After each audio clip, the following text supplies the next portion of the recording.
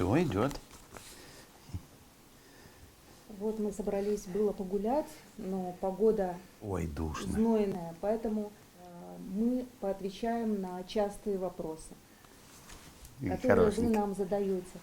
Как правило, я отвечаю все время в комментариях, но сегодня послушаем папу Олюшки. По некоторым вопросам. Может быть, он как-то по-другому смотрит на некоторые. Момент. Олюшку буду параллельно кормить печеньем, чтобы ей было приятно, да? А то Ну, ей конечно. сидеть, конечно, не очень удобно вот так у меня на руках, и мне ее держать тяжеловато, мы постараемся побыстрее управиться.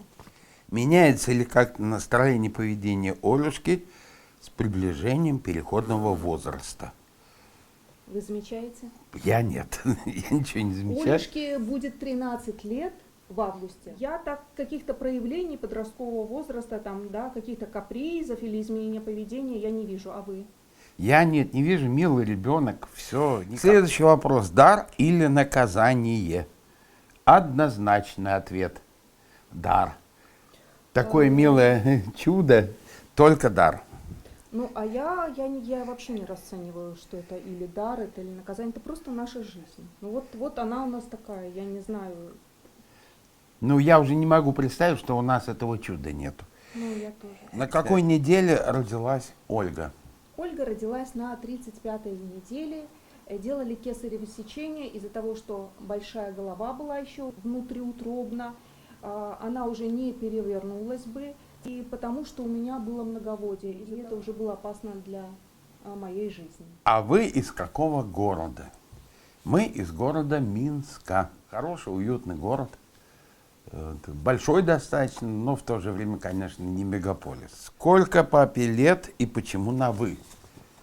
Ну, лет мне прилично. Я не буду оглашать цифру, хоть и не женщина, и не Я кокетничаю. уже говорила в комментариях много раз, сколько вам лет. Да, ну тогда сейчас мне 71. Вот, Олюшка родилась, когда мне было 59. А мне было 40 лет. Вот, почему на «вы»? Вы знаете, познакомились, общались на «вы», ну, как обычно у культурных людей. А потом как-то вот, знаете, что-то нам так понравился, этот стиль общения на «вы». Это и какая-то такая дистанция взаимоуважения, это какой-то стиль отношений и так далее. И мы как-то вот так вот, не договариваясь, так и оставили общаться на «вы». И вы знаете, нам это нравится. Мне уже сложно представить, что мы друг другу тыкаем. Следующий вопрос. А дети ваши тоже обращаются к вам на «вы», а вы к ним как? Ну, тут вот как раз-таки мы этого не привили детям, чтобы они на «вы» обращались к нам, а мы к ним. Знаете, как-то не получилось. Ну, мы, собственно, и цель такую-то не ставили. Вот у нас получилось между собой на «вы», как-то вот само собой, естественно. Но здесь делать как-то искусственно мы не захотели. Ну, на «ты», так на «ты» с детьми. Ну, вопрос такой суровый. А потом, когда вас не станет, что потом будет с Олюшкой? Вы об этом думали? Ну, вот это на самом деле самый сложный вопрос и из тех, которые ранят меня лично. Потому что об этом мы думаем постоянно. Единственное, что мы можем обсуждать, это внутри семьи. Как это будет, если вдруг окажется так, что Олюшка наш переживет. Но при таком диагнозе срок жизни ограничен. А что за болезнь у Оленьки, кроме видимого? Это я не понял вопрос. Очень много сопутствующих диагнозов у Ольги. И гидроцефалия, и черный акантоз, это черная шейка и места сгибов, они окрашены пигментом темным. И эпилепсия, и врожденный нистагм, это глазки, недоразвитие нижней челюсти. Ой, И, в столько общем, всего. много у нее всего и сопутствующего, потому что тонтофорная дисплазия – это системное заболевание, где одно цепляется за другое. Зачем вы это показываете? Для чего? Очень частый вопрос, Леночка. Изначально это показывало для того, что я бы хотела сама это видеть. На моменте беременности я нигде не нашла ни одного видео, это было 14 лет назад, Ни одного живого ребенка в интернете я не видела. Я не знала, как они выглядят. Я не знала, что мне ждать. Я видела только фотографии абортированных младенцев с этим диагнозом. Знаете, я еще добавлю просто, зачем. Вот Лена мне иногда говорит, что вот кто-то посмотрел наше видео, где такая проблема или какая-то другая проблема у ребенка. И вот как-то ей, маме, обычно мама, конечно, пишет, стало не так одиноко. Вот, она чувствует поддержку, спрашивает советов. А Лена уже разбирается во многих вопросах, с удовольствием помогает советом, добрым словом. И я считаю, что это очень здорово. Она не держит голову, почему шунт не поставить? Гидроцефалия открытого типа, там шунты не целесообразны, нам невролог сказал. Вот так вот. Есть ли вероятность того, что Олюшка заговорит и будет ходить? Нет, нужно мозг, а мозг у нее очень сильно пострадал. А для того, чтобы ходить, нужно кости, крепкие мышцы. У нее все это тоже нарушено. И строение костей, и позвонков, и скелет в целом не соответствует тому, чтобы ходить. Что врачи говорят, можно такой девочке гормоны роста давать? Это ничего не даст, потому что, как я уже говорила, это системное заболевание. Один рост, он ничего не исправит. Вот приятный вопрос. Любит ли малышка мороженое? Отвечаю, любит. Как и папа. В этом она вся в папу. Вот.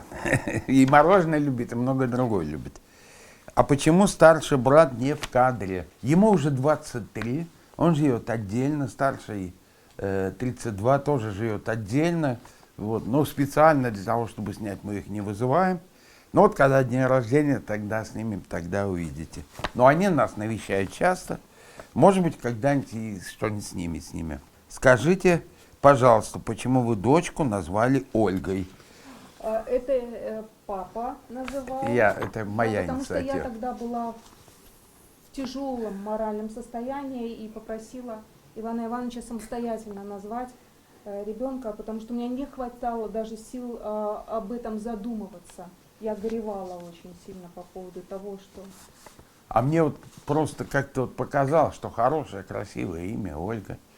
Понимает ли девочка, о чем с ней разговаривают? Ну, какие-то устойчивые выражения она понимает, что вот мы пойдем гулять, мы пойдем купаться, Купи. мы будем кушать, сейчас придет папа, вот мама. Ну, вот какие-то такие устойчивые она хорошо понимает и реагирует на это. А более незнакомые, да, она не понимает. А вы сына также любите? Он не обделен?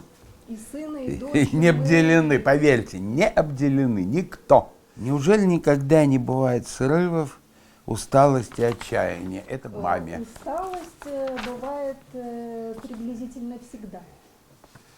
Ну, жизнь такая наша, ну что делать? Ну, какая есть. Ну, морально мы как-то держимся, да? Вот у нас нет морально? такого отчаяния, у нас Не. какого-то такого, что срывов, депрессии. Нет, такого нет. Усталость, да.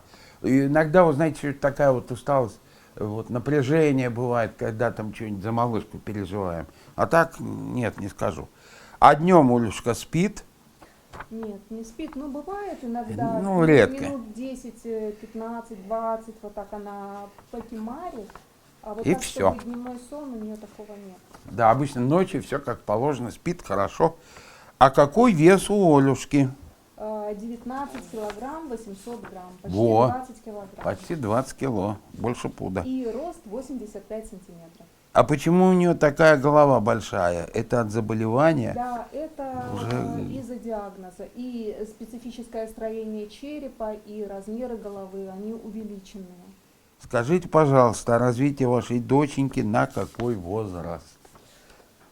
Но иногда кажется, что она вот больше понимает. Но на самом деле у нее развитие маленького ребеночка. Да, ну что делать?